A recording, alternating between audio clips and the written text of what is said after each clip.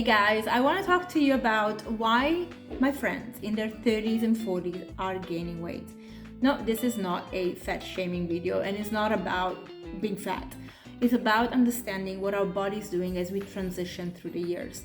So a lot of my friends who were really skinny in their teenage years and 20s are now starting to pick up weight, and they are, sometimes showing or sharing online that they're doing diets and they are restricting and they're just struggling. And if they lose weight, then they pick it up again. And I think this is really a cycle that a lot of women get into. And I certainly remember that I've been dieting since I was 13. So I enslaved my whole youth to dieting instead of understanding what the body needs and how to give it to it.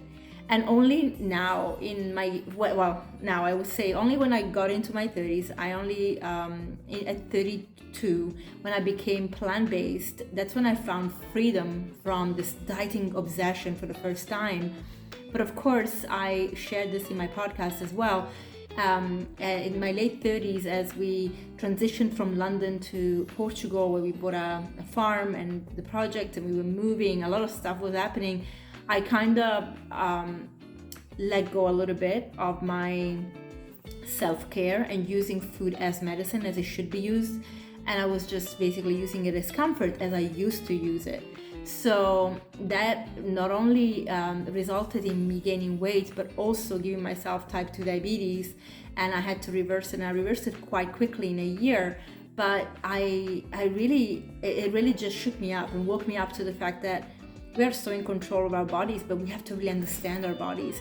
So what my friends are doing now is this cycle of going into diets and restricting and then ballooning again, because they haven't understood what their body needs. First of all, we cannot, absolutely not, even if you were the luckiest person in your teenage and 20s, where you could eat anything and everything and nothing would stick on you, that would change, has changed for them, because hormones have changed. So you cannot drink like you were drinking in your 20s. You cannot eat like you were eating in your 20s. In fact, quite honestly, you shouldn't drink at all. That's not healthy. And this is what the priority needs to shift to, health. So it's not about diet. It's not about having the perfect body. Remember, we all have a different composition. So my hips might be larger than somebody else. My legs might be different shape and larger than somebody else. And vice versa. I could have a figure that is very lean or naturally, but I have like this adipose fat that is stuck into my belly. Like, there are so many different body types and compositions. So it's about dealing with our composition and giving the body the tools it can have to then be at the optimal range within that composition, which means we're not going to store fat in our visceral area, so around the organs in our center, which is dangerous for heart disease and so on. But also, we want to just make sure that we have energy. That's a big teller if we are actually really following a diet that is good for us or not. If you wake up in the morning, you're exhausted, well, we have to look at the adrenals, we have to look at everything that's going on, the food that we're having. The food is always obviously having a big impact on the whole system. So understanding what the body needs. So we cannot behave like we're behaving as teenagers.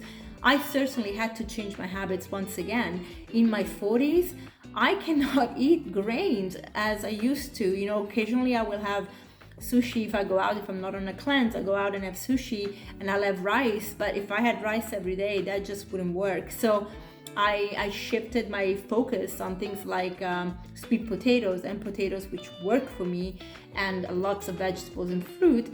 But I suddenly had to just kind of give up a little bit the grains, which turned out to be such a good idea, because not only am I feeling better and I have the body that I wish I had at 20, but also I actually have more energy. So my digestive system is happier to deal with what I'm putting in the body rather than having to work really hard. So understanding your needs, they have to change as you are aging, and hormones are changing. So we have to kind of satisfy what our body is going through and support it so that the hormones don't go out of whack. Also, organ functions, very, very important. So in naturopathy, especially working with Dr. Morse, one of the most important things is we look at how our lymphatic system, our kidneys, and our pituitary gland and our endocrine system is working. our liver, our pancreas, like all the systems are working together. So all the organs are working. It's a whole one system actually, but they're all working together, and understanding what we need to do to support. So we use herbs to support the organs. We don't use herbs for an ailment or disease, but actually to support the organs so that the organs are in balance and they can do the job that they're meant to do without us getting in the way. And one of the things that we do to get in the way is having a very bad diet.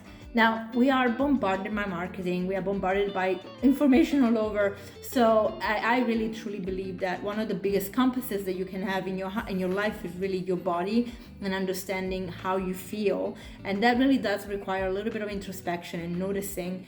And also not thinking that just because you have children, for example, because a lot of my friends actually ballooned after having children because they just don't have the time to look after themselves. But what happens is they think, well, my children can have all this because they're young and they need the calories, and they start already implementing really the wrong information into the kids about calories. Even a calorie is not a calorie is not a calorie. Just because your kid uses a lot of calories, you don't want to give them junk. You want to give them proper amazing food. And I have a great video and an interview with Eat Move Rest with Erin. We talked about what she feeds her kids, and I promise you her kids are vibrant and healthy, have a beautiful energy. They eat a lot of food, but they eat clean. They eat proper food. There's no junk, there's no McDonald's in there. So and they are perfectly fine, and they have a lot of energy and they use a lot of energy. So go and check that out on my podcast.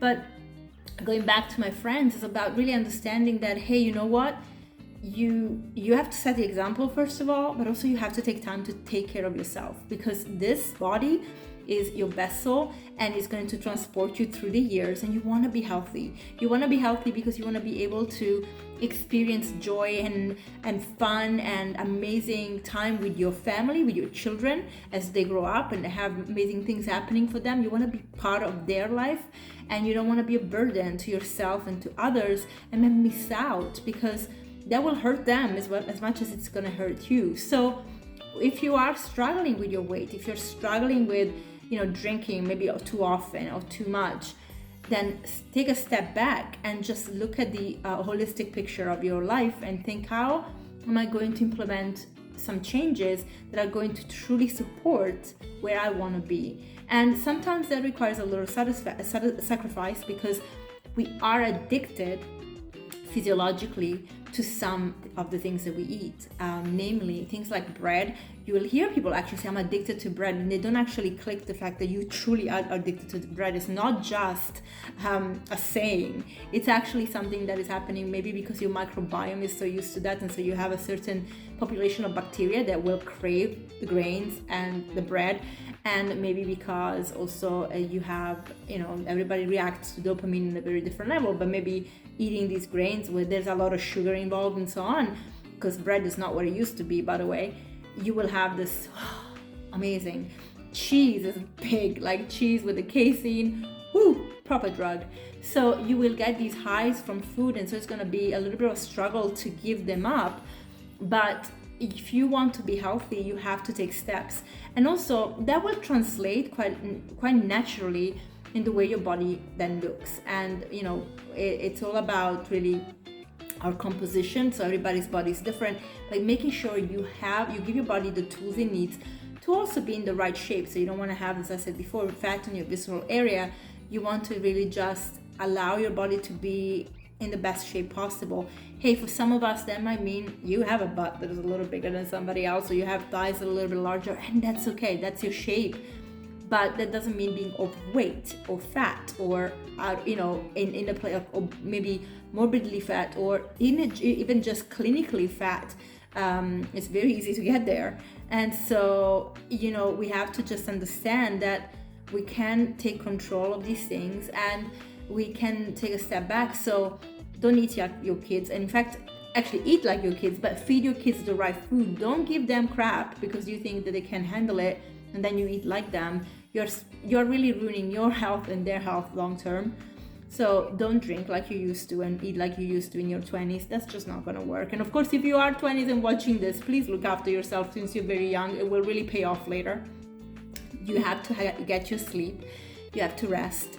you have to have a good quality of self-care. So take the time to move your body, whether that is going for a jog or run or walk in nature, or just sitting on your mat for 10 minutes a day. Whatever you need to do, it's positive, it's a good step forward. Set the example. That will also give you such a purpose, for you to actually share this with your kids, because it's such a beautiful thing to do for your children, to be present and to be for them to look at you and think, wow, mom, you're taking care of yourself, and I want to take care of myself. I want to do yoga like you. I want to go for a walk in nature. I want to eat that apple. I want to eat the berries. And wow, that's so satisfying to see a child that is so in tune with their body already in a positive way. I certainly know that I was not taught a positive relationship with my body. I was taught the opposite because my mother had an eating disorder. So she projected her eating disorder on me, and my view of my body was very dysmorphic, and it still is. I need to work really hard at that. It's not something that goes away. Like, your mind is shaped in a certain way, and you have to really go back to basics and think, okay, I can handle this. I can take care of this. That takes a lot of inner work, which I had to do, but I didn't have the example. If I had had a mother that was in tune with their body and would have taught me to eat in a certain way, to eat with kindness, to enjoy the food, not to be ashamed of eating, so that I spent a lot of my years eating in secret, then I promise you the relationship with food, even with your children as they get older, especially girls, as they get into their teenage years, is going to be so much better, and you can be proud of that. And you, as you age, if we blossom into maturity, we are setting an example. It's such a thing to be proud of. I really, really feel that our kids can look up to us and be like, I want to be like mom, and I feel that's great. I mean, I sadly don't have children, so I won't have the pleasure of that kind of response. But if I have any of my friends' children that, I had a few friends who said that they look at me like, wow, she's not, she's your age, mom, and and that's because I look after myself, and I kind of try to really undo the damage I did when I was younger, and so I really have the body now that I wish I had when I was younger, and it's less effort than it was ever, and I'm not a slave to diets, and I feel that's such an empowering thing. So I wanted to share this because I see a lot of my friends have gained so much weight, and they are always on a diet, stopping the diet, losing weight, picking up weight, and it is torture. And also, it's not very good for your body. You're sending the wrong messages to your hormones, and your body's gonna be like, please stop, just stop. I'm gonna hold on to this weight because I have enough of going up and down. That will happen, and then it will become a struggle. And as they diet, especially as they follow some programs like, and I'm sorry, I don't want to actually mention anybody, but there are some programs where you can buy some products, and you have these meal replacements, and then you have calorie counting with the points and blah blah blah. And it will work for a short while, and then it just doesn't work because I haven't learned about the lifestyle, about actually feeding the body what it needs, which, quite honestly, as much as we demonize fruit is one of the highest vibrational food for us. It's not bad sugar. Our body can actually work it out. The problem arises when our diets are full of fats, and then we put in the sugar, and the sugar cannot be metabolized properly, and that's where the problems come. And then sugar from the fruit gets blamed, which is crazy. Why don't we look at what else are we eating? Like, the flesh of animals that we really don't need to eat, or processed food that is not food. And I'm not talking about processed as, the oats coming from the plant and getting in a packet. That's processed, of course, otherwise you're just not gonna have oats. I'm talking about, and now they have ultra processed for that. Okay, fine, let's talk about ultra processed. If you have ultra processed stuff with like ingredients that you can't name, you can't mention, you can't spell, you don't know what they are, you don't have them at home, what kind of food is that? That's not food. So don't have those things, and we have to get away from them. And those diets, they don't teach people about the lifestyle, about changing their habits. So guys, if you want to know more, share your comments and let me know, because I'm happy to share all the bountiful information I've created. I'm also working on creating a teachable course for you people that are interested in knowing how to be healthier. They don't want to be nutritionists, and just navigating a lot of information. So yeah, let me know. Bye.